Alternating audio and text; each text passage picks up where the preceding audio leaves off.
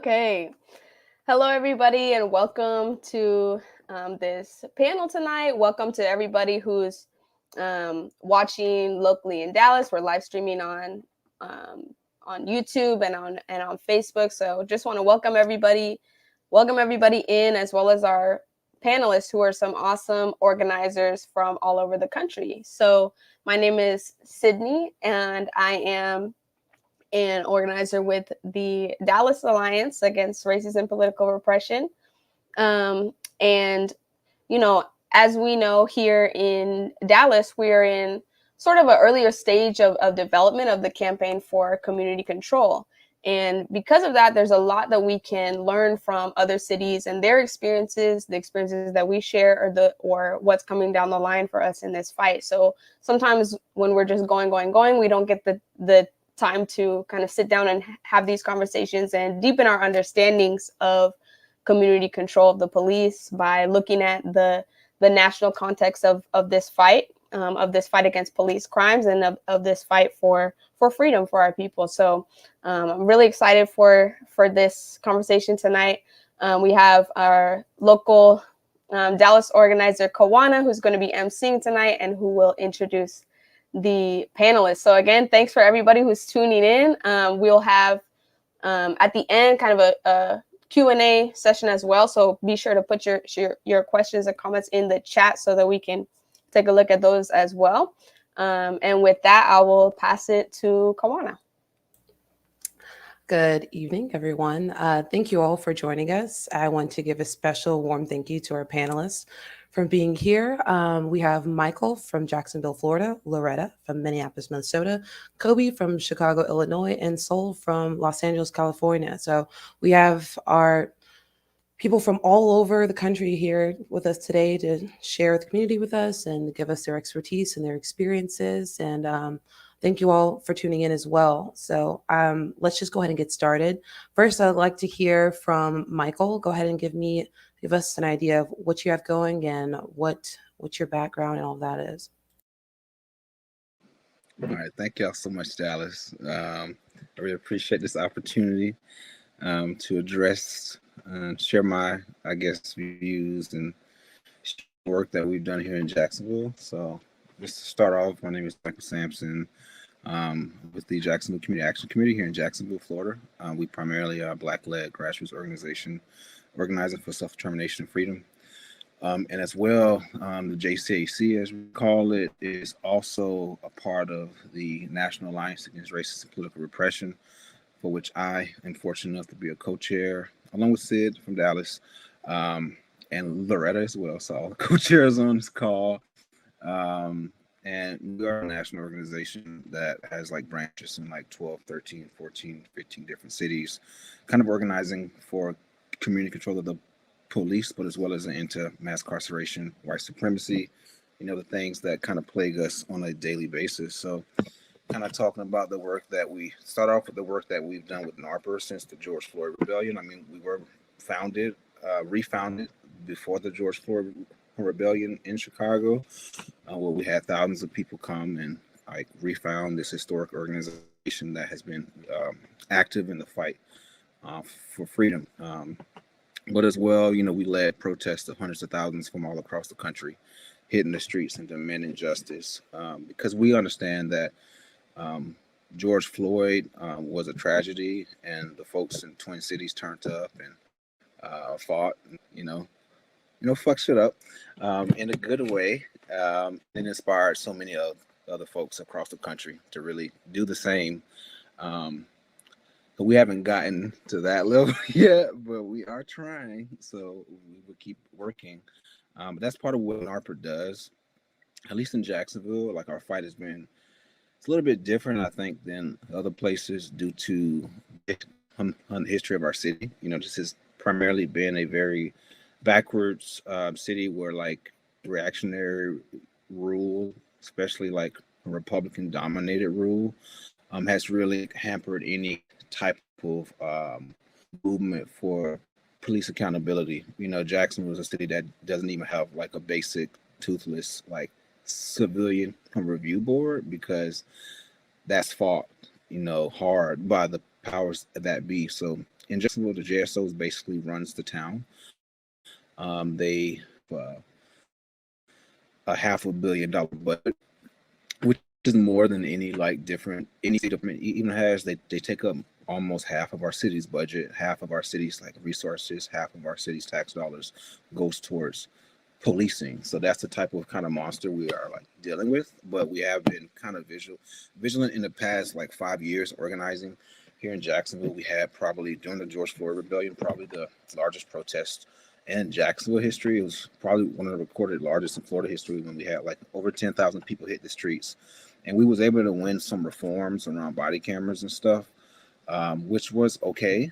But of course, our biggest struggle is to build a movement for democratic control in which, people like yourself and myself have the ability to, have community control over the cops, and, it be the people's decision what our tax dollars go towards, not towards more cops, but more resources, more mental health resources, more housing, because Florida, like every other place, is going through a huge housing crisis. Costs are going up, and there's no reason why we have to have the cops getting so much money. But also, as a result of our activism and organizing, we have seen a rash of anti-protest bills that came about, especially last year with HB1. This was probably the toughest anti-protest legislation that essentially legalized people who wanted to drive and hit protesters in the streets. It gave them immunity, but as well as trumped up a lot of different charges. If you are arrested at protest, if you're a part of a demonstration of more than 10 and it gets violent, quote unquote, even if the cops make it violent, then everybody can be charged with felonies. So what do? We built a movement to fight that. We built a united front across the state to really fight back against this bill, having protests at the Capitol and all that jazz. The bill was passed because Republican rule in Florida is huge. They have a supermajority in the Senate and the House of Florida. However, thankfully, other partners, because of this united front, was able to have a lawsuit. So currently HB1 is still being held up in the courts. And I think that's something to kind of talk about just in general, and we could talk more about later. Our organizing is going to have a backlash, and it has had a backlash. And then right now we're kind of living through that period of the backlash of the Black Lives Matter movement, in which you see a lot of anti-protest laws being brought up to really suppress our voice, but it isn't going to stop us. So that being said, I will pass it back to the chair, and we can talk about this a little bit later. Thank you so much, Michael. Here in Dallas, we definitely are in line with your struggle. In Jacksonville, we ourselves with last summer with the protests, there's a lot of brutality on the part of the police. We had people maimed under the watch of our police chief, who has recently resigned. But it's crazy how much money and power and effort is put into keeping people quiet, people silence. And that's more proof of how powerful we are. So if anything, we should take it as a compliment that they're trying so hard to keep us silent, because that shows that we're powerful and that we should continue to move in such a way. And so next, let's hear from Loretta from Minneapolis. Hi, I'm Loretta Van Pelt. I'm from Minneapolis, Minnesota. And I'm part of, like Michael said earlier, I'm a co-chair of NARPR, one of 3 co-chairs of NARPR. I also am an organizer with Twin Cities Coalition for Justice for Jamar. This organization was founded in 2015 after the death of Jamar Clark. And we've been fighting for justice for folks who've been killed by the police or brutalized by the police since then. Some of us have been doing it before then, but a lot of us really got into the movement during when Jamar Clark was killed.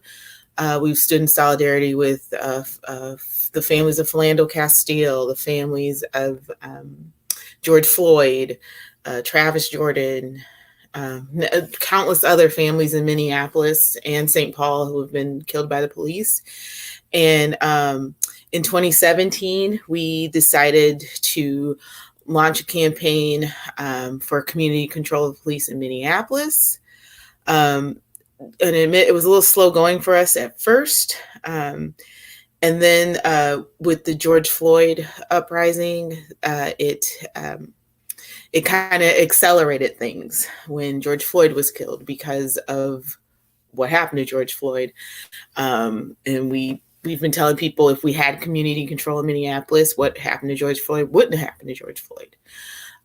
Derek Chauvin had several complaints against him and also had killed 3 times before, and he wouldn't have been on the force without community. If we had community control, he wouldn't even be serving in the Minneapolis Police Department. But anyway, we've been since then pushing for community control of the police in Minneapolis. We've been going door to door with petitions. We've been showing up at events. Our folks got a lot of signatures during the last 3 weeks of the Minneapolis teachers strike, which I proudly was on the picket line as well. And so that's been what we've been doing in Minneapolis. Also, speaking of oppressive protest bills and that, we don't have any right now, but in November of 2020, 646 of us were arrested for allegedly walking on I-94. And a lot of us are still facing trials for that. I know I am for being a pedestrian on the freeway. They are kind of using us as an example. This was really the crackdown after the uprising. And that is what is going on in Minneapolis right now. Thank you so much for sharing with us, Loretta. We've been keeping tabs on everything in Minnesota here as well, most recently with the murder of Amir Locke by Minneapolis police. And it's a pervasive issue, police violence. And thank you so much for doing what you can, literally walking the streets to make change. And I think it's important that we share, like, there is consequences for us as activists, and like the contributions that we make are important. And again, thank you so much. Kobi, can we hear from Kobi, please, from Chicago, Illinois? Yes, thank you. Thanks, y'all, for having me on here. So here in Chicago, the struggle for community control has kind of progressed. We've taken a couple steps forward. So just to give like a whole background, Chicago until 2019, the Chicago Alliance. Also, I should introduce myself. My name is Kobi Guillory. I'm one of the co-chairs of the Chicago Alliance. And until 2019, when we refounded the National Alliance, the Chicago Alliance was one of two chapters left over of the National Alliance, which had started in 1973. And what we've been doing here in Chicago since 2012 has been fighting for a civilian police accountability council. That was a legislation drafted up after an off-duty police officer killed Rekia Boyd, and got away with it. As most cops do when they kill Black people specifically, and oppressed people in general, is they get off with barely a slap on the wrist. So we drafted up this legislation. I say we. I wasn't in America at the time, but the Chicago Alliance drafted up this legislation called the Civilian Police Accountability Council. And this was to create a democratic process by which people can control the police, decide the police budget, decide who is on the police force, so that, like Loretta mentioned, cops with multiple accusations against them can't be patrolling. Just like, Derek Chauvin, Jason Van Dyke, who killed Laquan McDonald, also had multiple complaints against him and also would not have been on the streets if we had community control of the police earlier. So this is just something that's been picking up urgency, as we've gone along, uprising after uprising, from through the uprising after Michael Brown was killed, up through in 2017, like I mentioned, after Laquan McDonald was murdered, the movement has kind of been picking up steam and going through these ebbs and flows, where it becomes more and more a part of the national consciousness that we need to do something about the police killing oppressed people. So the parallel to us, there was this more moderate organization, the Grassroots Alliance for Police Accountability. They had their own, basically their own version of CPAC, which was a little bit different. I'm not going to go into all the legal stuff. You can find the legislation on the CARPA website, that's carpa.org. But essentially their strategy was to work more alongside the mayor. Mayor Lori Lightfoot, was kind of expected as, a Black lesbian woman to be more progressive than her predecessor, Rahm Emanuel, which, the past few years have shown is not the case. She is, just as power hungry, just as much of a backer of the police as Rahm Emanuel ever was.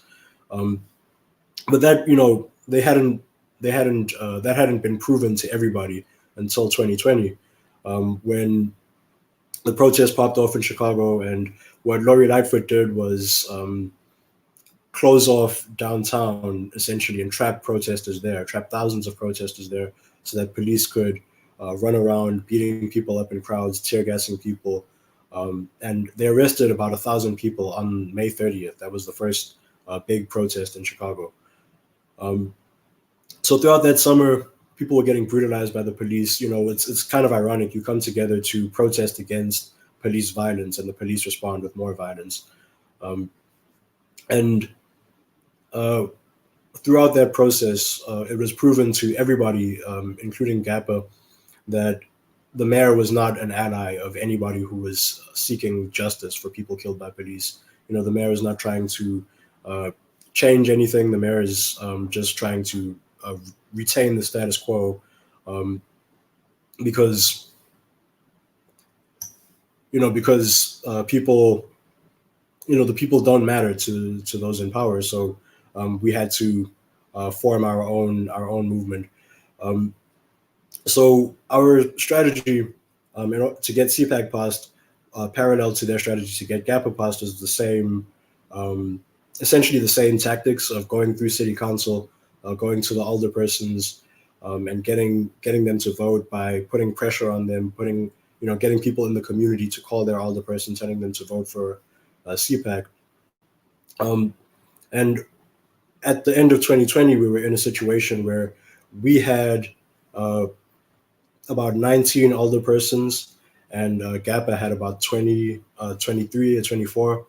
And in order to pass a piece of legislation in Chicago, you need a majority of 26 alderpersons, and to make it veto-proof, which you need to do if the mayor is hostile to your legislation, you need 33. So neither of us had enough votes, and at the end of 2020, it became so clear to the GAPA people that the mayor was not going to cooperate with them, that they decided to come and cooperate with us. So we essentially formed this united front and started negotiating on what our new legislation could be. And we came up with the Empowering Communities for Public Safety legislation, which is basically a ramped up version of GAPA that also contains as an add-on a referendum to make the bodies established by ECPS more democratic, to give them basically control over the budget, direct hiring and firing power over the superintendent, and to make it directly elected by the people as opposed to nominated by city council and appointed by the mayor, which is what it is right now. And right now it just has input over who the superintendent is and input over the budget. But one thing that it does have that GAPA didn't have is control over CPD policy. So where we're at right now, that this legislation, through a lot of community work, through a lot of flyering, canvassing, and putting pressure on alderpersons who were kind of on the fence. We protested outside of their office for days, and just put a lot of pressure on them, made their jobs very stressful. And we passed that legislation in June of last year, and since then we've been consolidating the gains that we got from ECPS, making sure that the right people are on the councils, the bodies established by the legislation, because the struggle is not over as soon as you pass one piece of legislation. It's just a step towards community control. The referendum is still in city council as a separate piece of legislation, so we're pressuring the alderpersons about that, as well as making sure, like I said, that the right people get put on these bodies established by ECPS. Because if we rested after winning that legislation, then the FOP, the Fraternal Order of Police, was just going to come in and take everything away that we had just won. So we took a step forward, but we also gave ourselves a lot more work. For people in other cities that are kind of just starting that process, every victory that you get, it's going to be a lot more work after that. But that's a good thing, because that's a good problem to have, that you're further along in the struggle, and it's a sign that we're all going to win. So yeah, thank you for having me on, and yeah, I'll give it back to the MC. Thank you so much, Kobi. Here in Dallas, we fought tooth and nail for a civilian review board, or police oversight board, and we definitely understand your struggles. Just every single concession that they make, you fight so hard for and to keep hold of. So, and to recognize all the work, the time, the hours that you all put in to get where you are. We're trying to get like y'all one day. So we look up to you guys and the point in your struggle you are. So we have a lot to learn from all the work that you've done.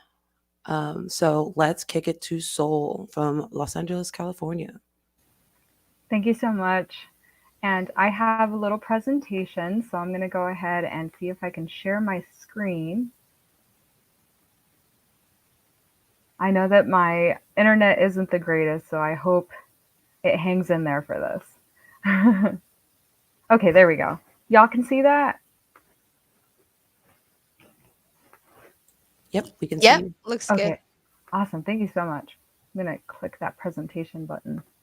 Okay, all right, y'all. So I'm coming to y'all from East LA, or Boyle Heights.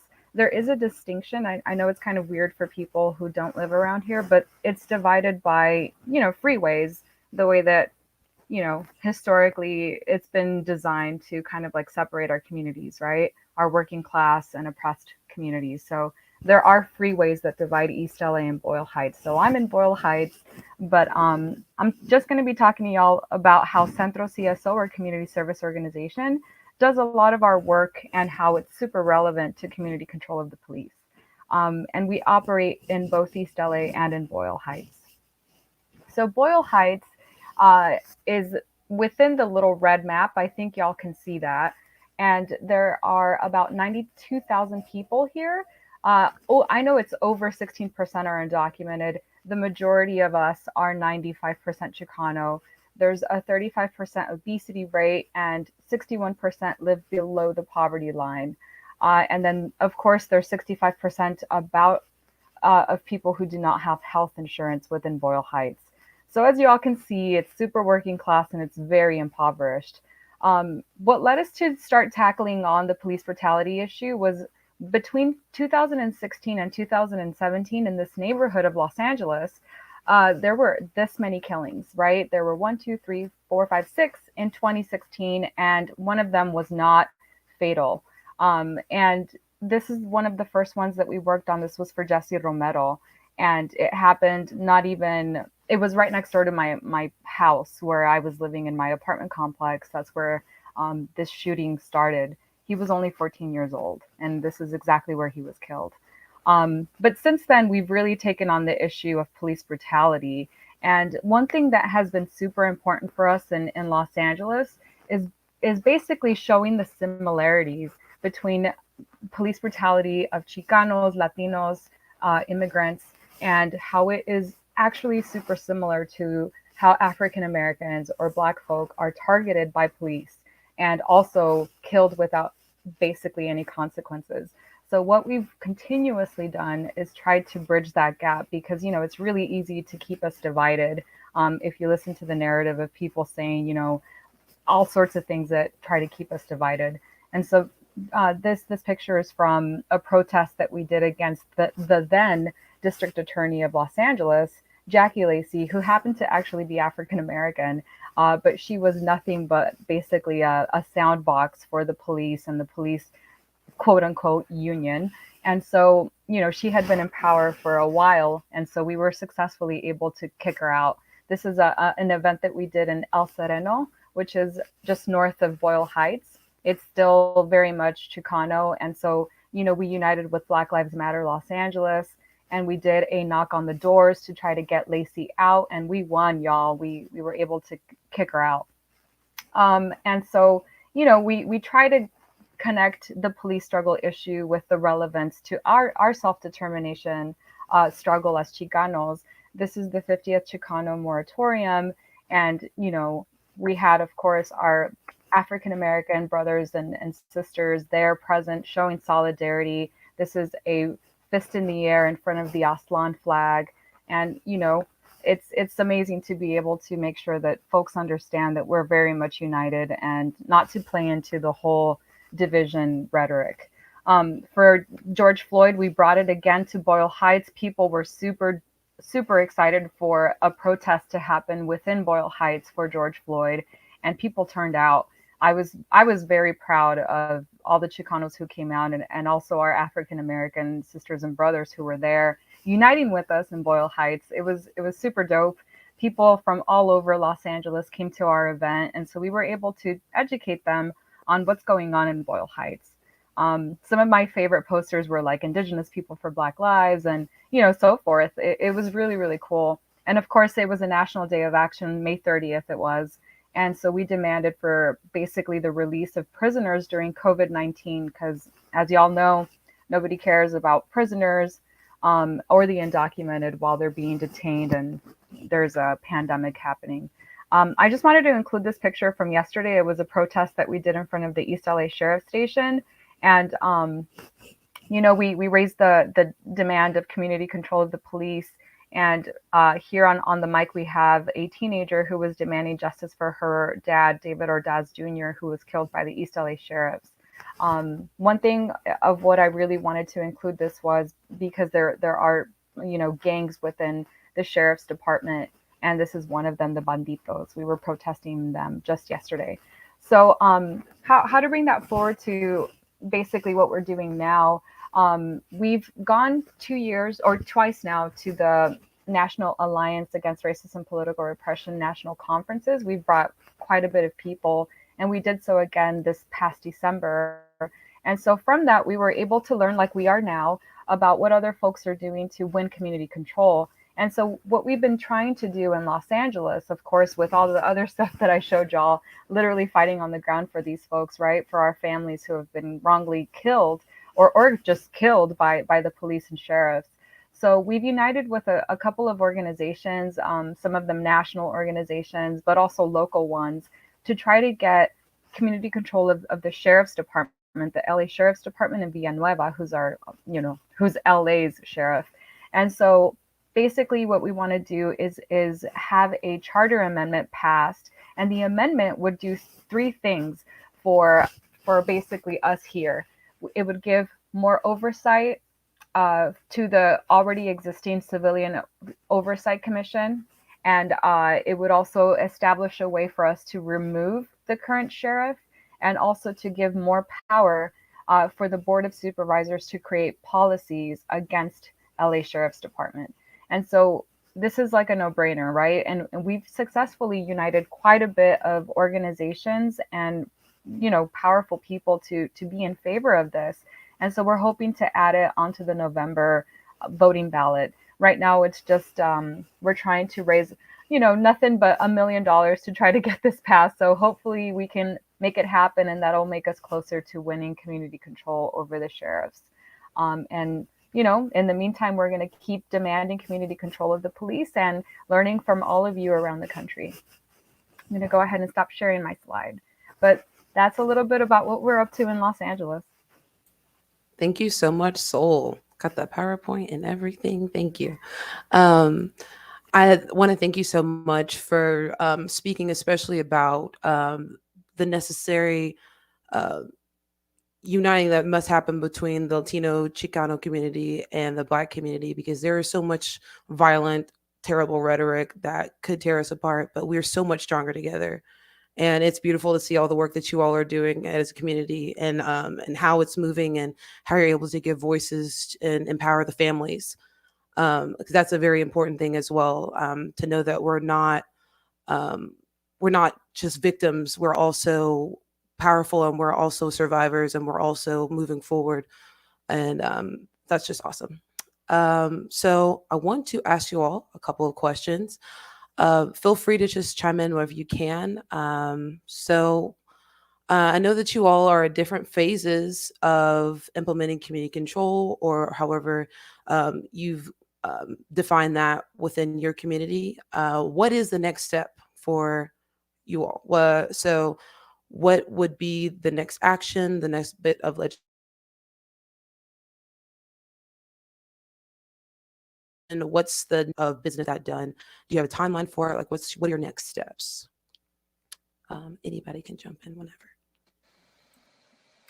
I can jump in. So at least in Jacksonville, so like the JCAC we started 5 years ago, and we've had countless protests with victims' families, especially the moms. We have what we call them the mothers of the movement that we like have a strong relationship with here. We've gone in from the city council the past 5 years.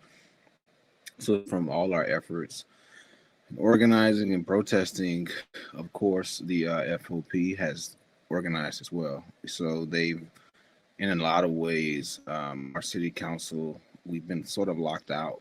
We have a Republican majority. So we have 19 city council seats. 14 of them are Republicans, 5 Democrats, like 4 of them are like Republicans, but they're like, whatever. So like we've like had like legislation introduced for at least a civilian review board from like one Dem, and essentially those efforts for even like a measly review board as a first step, because we've identified that as a first step to get something in the door so we can build on, make stronger, but they've even blocked those efforts. We're in the process now of going towards like a ballot initiative to like revise the city's charter, kind of in line with what Twin Cities is doing, LA is doing, and other places as well. DC, I know, has been pushing for a ballot initiative around community control, and that's mainly because our analysis is so like in Chicago, they were successful at getting an alderman who are willing to introduce this legislation. Now, they weren't able to get all of them, you know what I'm saying? But they actually get it in the door and build from there. We have a hard time even getting that in the door, but as well, due to our conditions in Florida, state law, we have a law enforcement officer bill of rights, and as well as there's powers for the sheriff codified in law that makes it so that we can't even get a CPAC or community control here on a local level without changing state law. So that means that we have to, in a lot of ways, get small gain here until we get to a point where we could change state law and actually get community control. And like this is just, especially in the South, it's just like hold up shit from like Jim Crow and like the old way of how to kind of maintain like minority rule. And in at least here in Florida, they do that through the state legislator, in which the state legislator basically to, for example, in Jacksonville, we even raised the minimum wage without the state legislator approving it here in Jacksonville. So you have like home rule here in Florida is absent. So what we can do though is push to revise our charter. So we are in the first stages of that, and we kind of see the demand for community control as very much like a long-term strategy here, 5-10 years or so, hopefully, due to the fact of all the different obstacles that they've basically put in place since Jim Crow has been in place here. to really hinder our progress and hinder any progress for progressive forces that want to hold cops accountable. And it makes sense, cops during Jim Crow were the clan with badges. They were the ones who upheld minority rule here in the Deep South, the Black Belt South, and of course, it would make sense that these Dixiecrats would empower the cops to have so many powers to protect the 1% here down here. So it's kind of like it's very much a long-term process to unravel that rule, but we all have our different places. So I think we're kind of like in that place in which we've had years of struggle in trying to introduce legislation through the city council and getting roadblocks that we kind of have to go straight to this and to the people to get the charter and revision. So that's kind of where we are here in Jacksonville. Thank you so much, Michael. And we also wanted to share, what their next steps are for their community's control.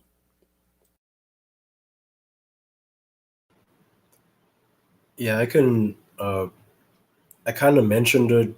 So the ECPS legislation establishes a citywide commission and a local or local district councils for each police district. There's 22 police districts. There's going to be 3 people on each district council, so that's 66 positions that we're trying to fill. So finding 66 people and training 66 people, that is a lot of work. We're still in the process of doing that. We're having weekly trainings for the potential district counselors, as well as we've already done made a slate of citywide commissioners that is in city council right now. One thing about politicians is that they like to drag their feet on things like this. Even politicians who say they're progressive. Those are some of the like Martin Luther King said, like those are some of the biggest obstacles in the way of getting community control, because they kind of pretend that they're with you, and then at the last minute they'll sell you out. So dealing with those people, because you do need their vote, as long as they're in office. If the next election cycle is like 3-4 years away, you kind of have to put the pressure on them. And that's because that's the only way that they're not going to flip. A lot of these politicians, like, they don't have any kind of integrity. So we have to like keep this constant pressure on them. Make them fearful of losing their jobs. Otherwise, they'll flip to whatever the mayor wants them to say. So there's that consolidating the bodies that have already been created, and then there's the referendum, which is also in city council. But another thing that we're also working on right now is our other major campaign, in addition to community control, is fighting for freedom for people who've been tortured into confessing to crimes that they didn't commit, as well as people who are wrongfully convicted, people who were framed by the police, or it's a very notorious practice in Chicago, but I know for a fact that it happens in pretty much every city, where police are just trying to pump those numbers up and like clear murders or whatever. So they'll just arrest the nearest person and beat them until they say that they did whatever the police want them to say they did. One person, Gerald Reed, who was tortured about 32 years ago now, he got out of prison last year because we've been putting all this pressure on the governor to sign clemency petitions for Gerald Reed and for other people who've been tortured and wrongfully convicted. And that also requires, just like working with the families of people who've been killed by police, the families are the most important part of that movement, because they're in 2020, like, we had protests of tens of thousands of people, but a lot of the time it's not that. A lot of the time it's 50 people or 100 people or 10 people, and no matter how many people it is, you can always rely on the families to be there because they have the most like personal stake in what's going on. And it also just shows the hypocrisy of this system, of like this injustice system where, a cop can kill somebody, shoot somebody 16 times and get out of prison in like 2 years, whereas somebody who is innocent has to stay in prison for 30 years, through all these legal processes like appeals and petitions and all these different things. And it takes, a movement of thousands of people, constantly calling the governor and constantly putting pressure on all these different politicians to get them out. So, that's just something that,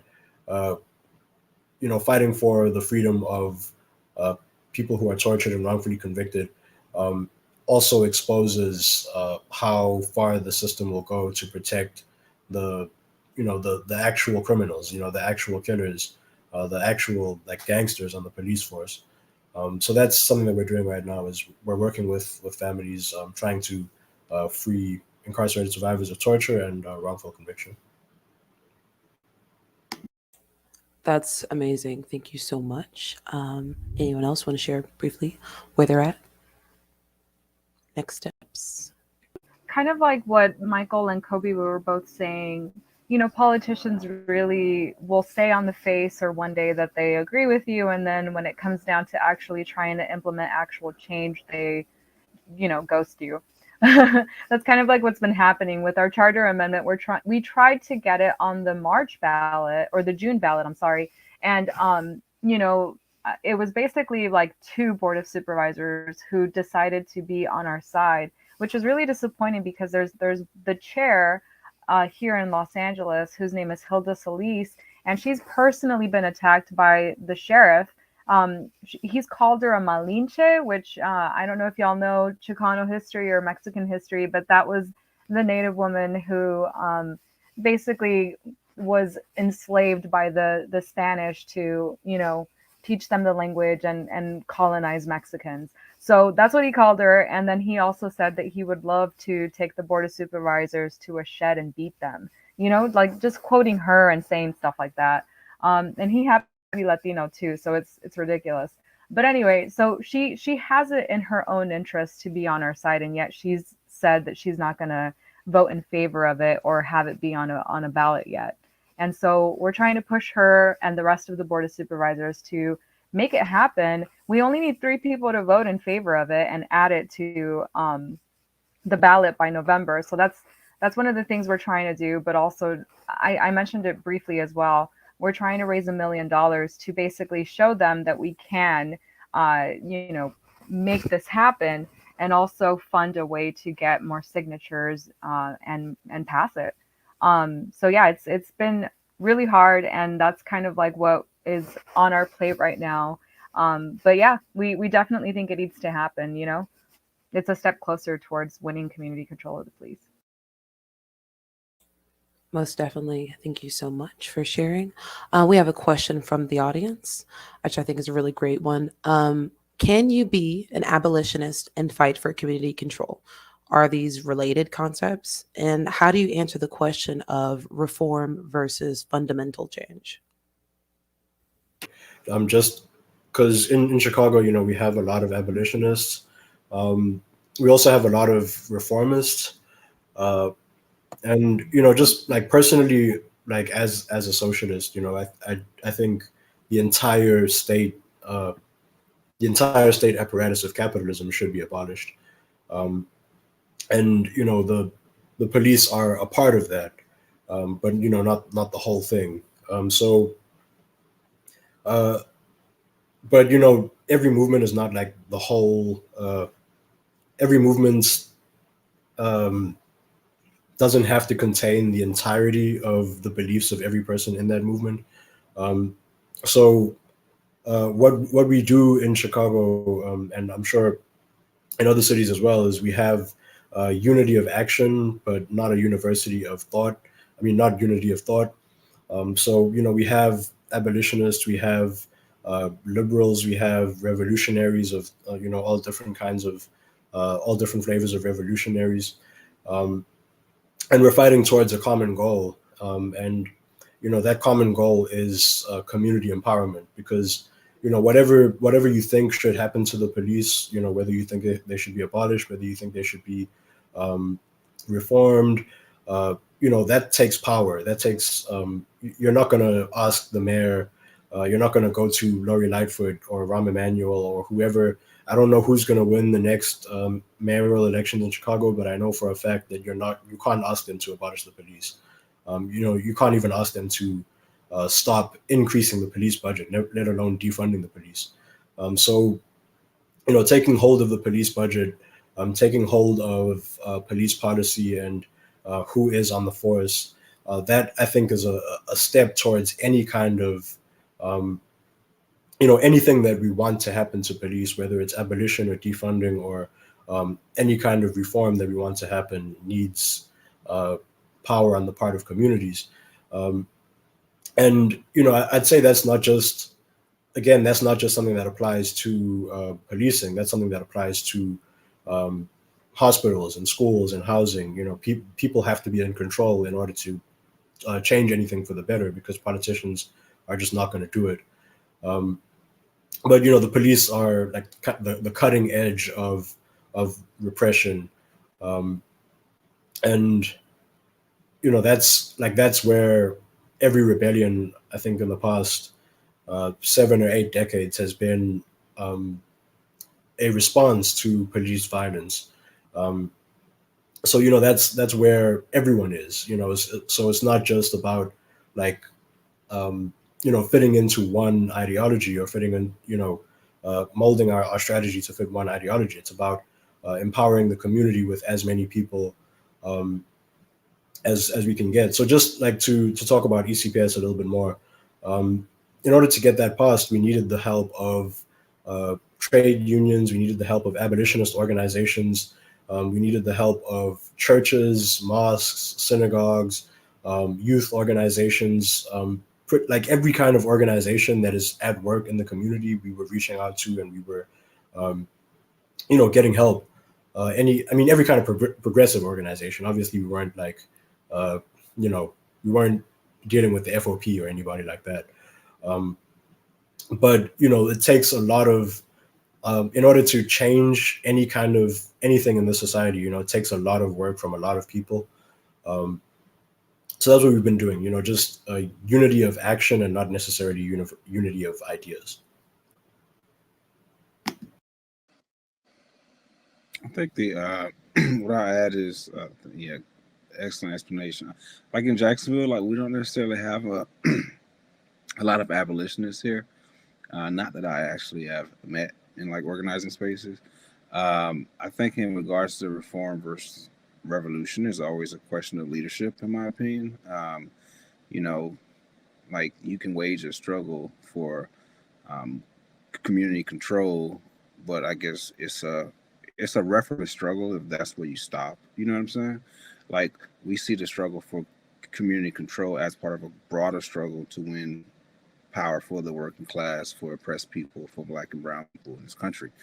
It's part of that struggle. It's not like, like I think the difference between revolutionary and like a reformist is like a reformist uses reforms as a means to buy people into the system even more, to believe that the system that we have is complete. It just needs a little bit of refinement. Like a revolutionary fights for reforms because we believe that the masses need to have power, and we want to win as many demands for the people for the struggle as we can. However, we know that's not the end. So like every struggle that we wage, even if it's around a struggle to get a killer cop indicted, like the struggle doesn't end when that killer cop is indicted or when that killer cop is put in prison, because the system's going to produce more killer cops until we kind of create our own system and abolish the old system that like kind of has us in a dispossessed place when it comes to power anyway. So I think that's really a question of leadership and how we kind of wage the struggle. Thank you so much, Michael. I think leadership is obviously very important aspect of where to steer the direction. And with that, without leadership, it's directionless. It's a lot of wasted energy. So it's important to have effective leadership. Loretta, did you have any things you want to add? Sure. Sorry, my camera's off. I think it's been kind of laggy for me, so I think with the camera off, it's a little bit better. That's fine. So, yeah. So I think with we kind of had that question when after the uprising, some groups got together and quickly went to our charter commission and called it Reimagining the Police, which just meant renaming the police. And a lot of those folks called themselves abolitionists, and that which is fine, but it didn't. There was no real understanding of what that meant, of what it meant to just rename the police. And so, you know, I know within TCC for J, we do have people who are for the call of abolition too, but understand that this is a start to abolishing the police, because you can't abolish something you don't control, right? And so I think a lot of people kind of have started from that. A lot of our folks who work with us who say, yeah, I want to abolish the police, are like, but they understand that to abolish the police, you have to abolish the system. And so we're close, but we're not there yet. And so I think it's been kind of, I won't say an uphill battle, because I think a lot of people saw through those groups because they got millions of dollars to push this agenda. And we're a group that's maybe operating on some thousands. We're not broke, but we're not in the millions. We didn't get money from Lizzo. So,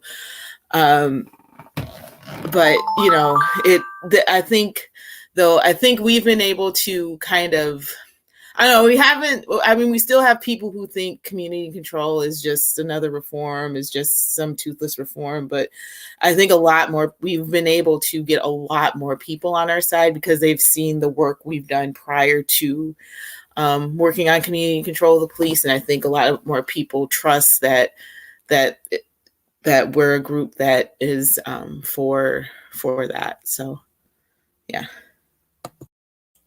Thank you so much, Loretta. It's truly been an absolute pleasure to share the space with such competent, experienced, intelligent, like revolutionaries and activists. I'm not even joking, y'all are awesome.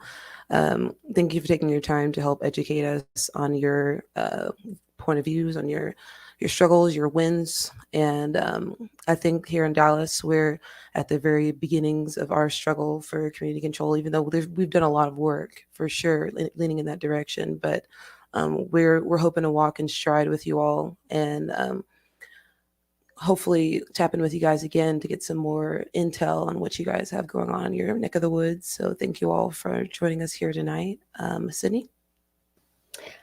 Yeah, thanks to all the panelists and our MC, Kawana. Just want to make sure everybody, and thanks to the folks who were dropping questions in the chat.